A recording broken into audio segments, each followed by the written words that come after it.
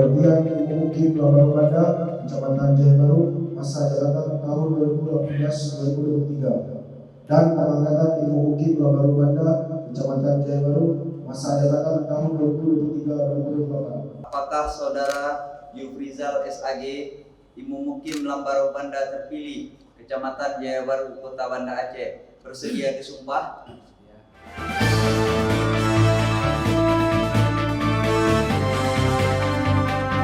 Saya Camat Jaya Baru, Kota Banda Aceh, atas nama Wali Kota Banda Aceh dengan resmi melantik saudara Yufrizal SAG.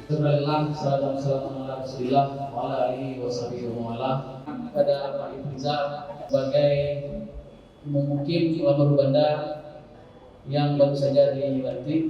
Harapan masyarakat karena Lambaru Banda ayo kepada Pak Mukim Lambaru Pak Kecil.